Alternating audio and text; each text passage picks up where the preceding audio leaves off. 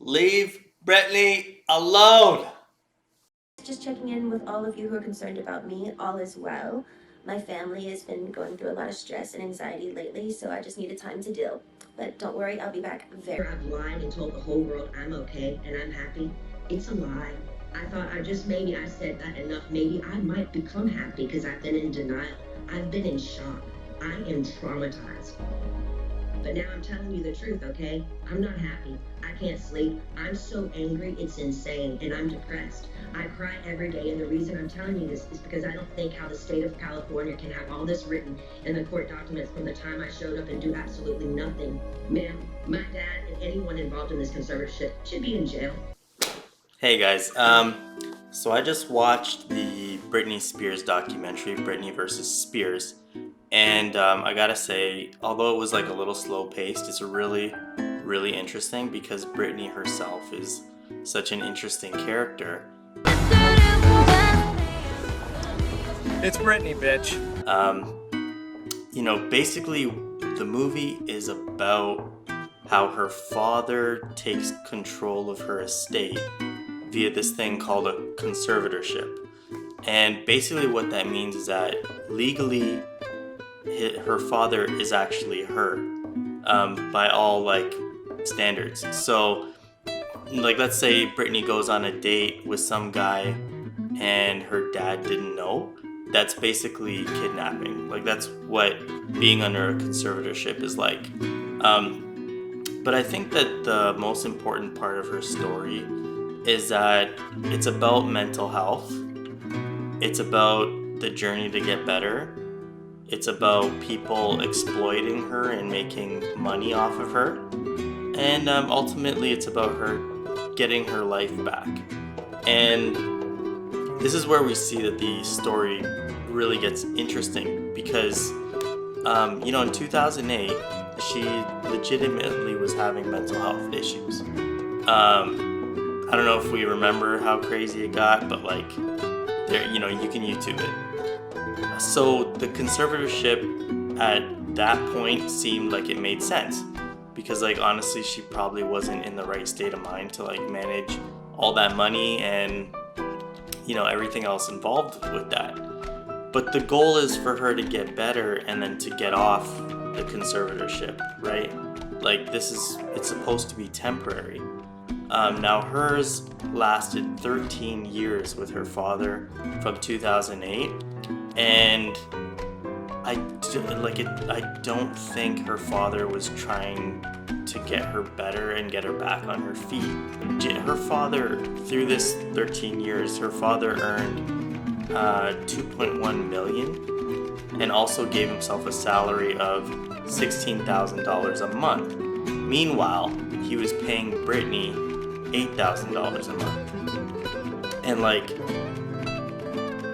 that's basically $100,000. Like, Britney Spears, like, this sensation is making what some finance guy on downtown Toronto is making. It's just crazy, right?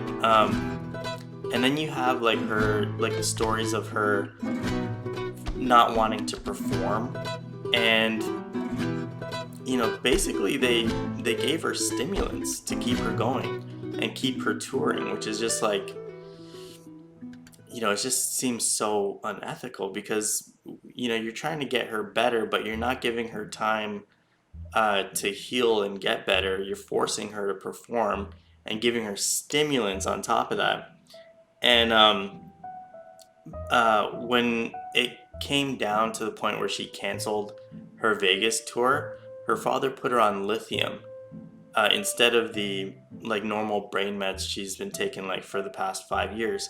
So it just screams that they weren't looking out for her best interest.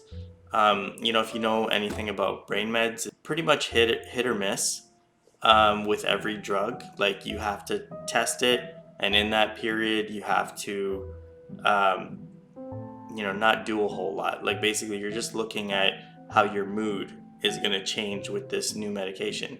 And from what I've heard from people really close to me is that lithium is like one of the worst ones.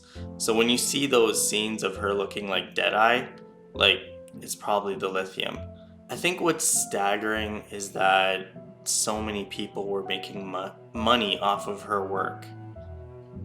You have her father, you have the lawyer making 500 an hour, up to 10K a week. You have her fiance, who became a conservator temporarily until they broke up, and just the managers, like all the people involved, are making money off of Britney, right? But like really, the priority should have been on her getting healthy and doing what she loves to do, which is perform and actually get control over her life again, like having control over her finances. Like if she's smart enough to make that kind of money through her skills, she's smart enough to handle her own finances. And it looked to me like it was a battle between like her getting better and having to keep working.